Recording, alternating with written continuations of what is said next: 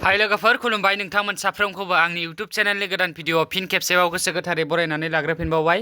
आसा खालामदों नोंथांमोना इसोरनि अननायावनो मोजाङैनो दङ आरो आंबो बे समाव मोजाङैनो दङ। स' नोंथांमोननि थाखाय गुबुन मोनसे गोदान भिडिअ लानानै फैबावबाय। अन्नानै नोंथांमोना भिडिअखौ जोबजासिम नायलांबाय थायोब्लानो जाबाय। स' दिनै आं मोनसे गोदान भिडिअ लाबोदों जाय साइन्स एन्ड टेक्न'लजि केटेगरियाव।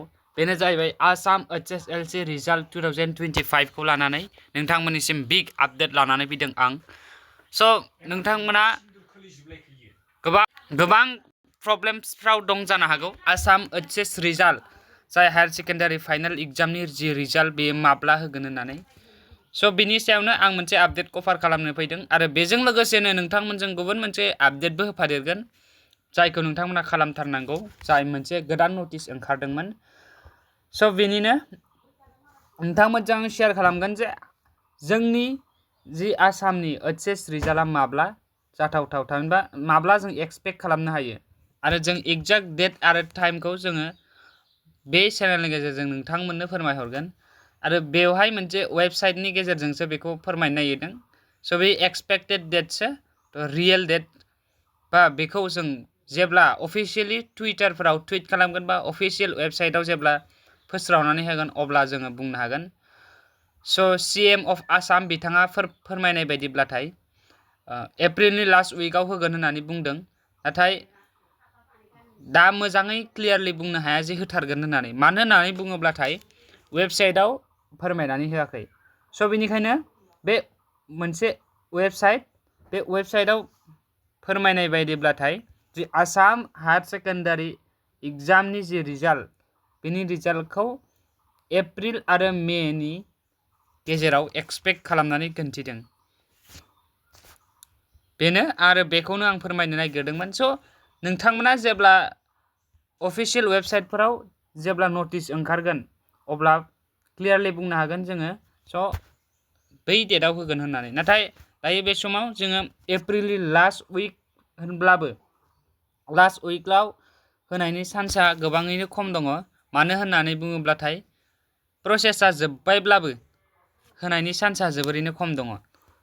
बेनिखायनो होनोबो हागौ होआबो जानो हागौ, बेखौ जों क्लियारलि बुंनो हाया। नाथाय एप्रिल आरो मेनि फार्स्ट उइक, एप्रिलनि लास्ट उइक आरो बेनि फार्स्ट उइकआव होनायनि चान्सआ जोबोर गोबां दङ।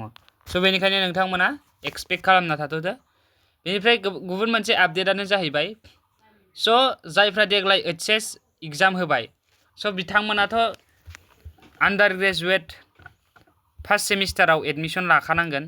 स' बिनिखायनो नोंथांमोना मोनसे आपडेट फैनायखौ बयबो मिथिदों जे सामार्थ पर्टेलाव रेजिस्टार खालामनांगौ एडमिसननि थाखाय। स' नोंथांमोना साननो हागौ जे जोंना रिजाल्टआनो ओंखाराखै, माबोरै फैखौ बियो। नेभार, बियो Assam higher secondary education council बेनिफ्राय ओंखारदों बे नटिसआ। आरो बे नटिसखौ आं नोंथांमोननिसिम फोरमायहरनो नागिरदों। स' नैबे नटिसआनो आरो बे नटिसआ ओंखारनानै फैदोंमोन दाख्लैबावैनो आरो बेवहाय मोजाङै मेनसन खालामनानै होखादों जे 11 एप्रिलनिफ्राय बेयाव जोङो रेजिस्ट्रेसन आरो प्रफाइल क्रिएसना जागोन। स' बेनिखायनो नोंथांमोना बे 11 एप्रिलनिफ्रायनो हायो। नाथाय बेवहाय जेबो मेनसन खालामनानै होआखै जे लास्ट डेट दङ होननानै। नाथाय बेवहाय लास्ट डेट गैया जेबो रोखोमनि, बेवहाय मेनसन खालामाखै। बेवहाय मेनसन खालामनो हागौ उनावहाय, नाथाय बे समाव मेनसन खालामनाय गैया। स' बेनिखायनो नोंथांमोना बोरै प्रफाइल क्रिएसन खालामो बा बोरै रेजिस्टार खालामनांगौ फैबाय थानाय आन्डार ग्रेजुवेट प्रग्राम जाय नोंथांमोननिया 4 इयार्स जाबाय डिग्रिया, BA BSc BCom जियानो जादोरा, नोंथांमोना बेनि थाखाय सामार्थ पर्टेलाव माबायदि रेजिस्टार खालामनांगौ बेखौ आं बे भिडिअनि गेजेरजों फोरमायहरगोन। स' बेनि थाखाय नोंथांमोना सामार्थ पर्टेलाव फैनो नांगोन। आं सामार्थ पर्टेलनि सिङाव हाबनानै नोंथांमोनजों शेयार खालामनानै फोरमायनोसै। बेवहाय नुनो मोनदों नोंथांमोना नैबे वेबसाइटआव नोंथांमोना हाबफैनांगोन आसाम एडमिसन सामार्थ ac.in। स' जुदि नोंथांमोना बेवहाय क्लिक खालामनो बायोबाथाय आं लिंकखौ डिसक्रिपसनाव होनानै दोनखागोन। अलरेडि नोंथांमोना बेवहाय थांनानै रेजिस्टार खालामनो हागोन।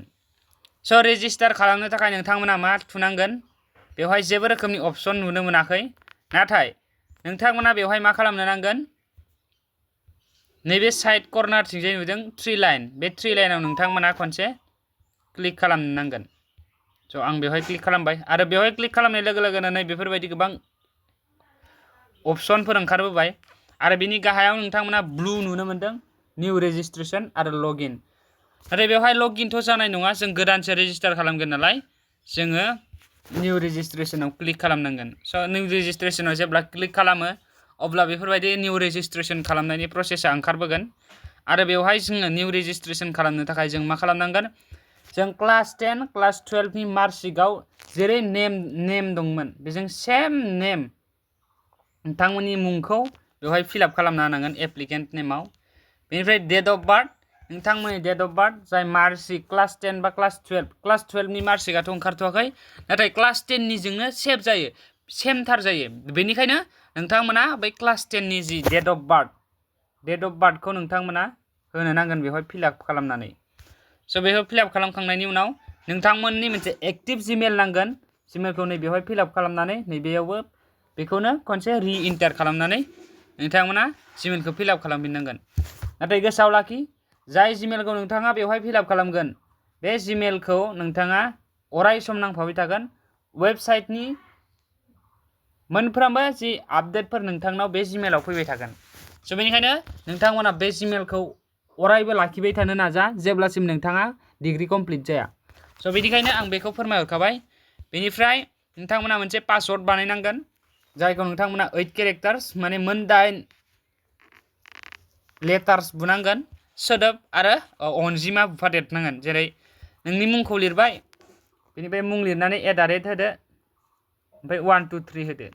अब्लानो जायो बेनिफ्राय नोंथांनि मबाइल नाम्बारखौ नैबेहाय होनांगोन आरो मबाइल नाम्बारखौ नैबेहाय रि इन्टार खालामफिननांगोन आरो बेनि उनाव नोंथाङा नैबेहाय केपसाखौ फिलआप खालामनानै रेजिस्टार अपसनाव क्लिक खालामब्लानो रेजिस्टार जागोन स' बेनिखायनो नोंथांमोना बे अपसन खिनिखौ फिलआप खालामनानै लादो बिनिफ्राय नोंथांमोना रेजिस्टार खालामदो अके स' रेजिस्टार खालामखांनायनि उनाव सिङाव माबायदि हाबहैयो आं नोंथांमोननो एसे शेयार खालामनोसै जेब्ला नोंथांमोना फिलआप खालामनानै रेजिस्टाराव क्लिक खालामो अब्ला नोंथांनि जाय जिमेल रेजिस्टार जिमेलाव मोनसे OTP थांगोन आरो मोनसे नोंथांनि मबाइल नाम्बारावबो मोनसे OTP थांगोन आरो बे मोननै OTP खौ होखांनायनि उनाव नोंथांमोना भेरिफाइ खालामनो नांगोन अब्लानो नोंथांनि प्रफाइला क्रिएशन जायो स' बेखिनियानोमोन जायफ्रा जोबजासिम नायबाय आइ होप बुजिबाय स' नोंथांमोना बेखौ मावथारनो नांगोन बे नटिसआ ओंखारखाबाय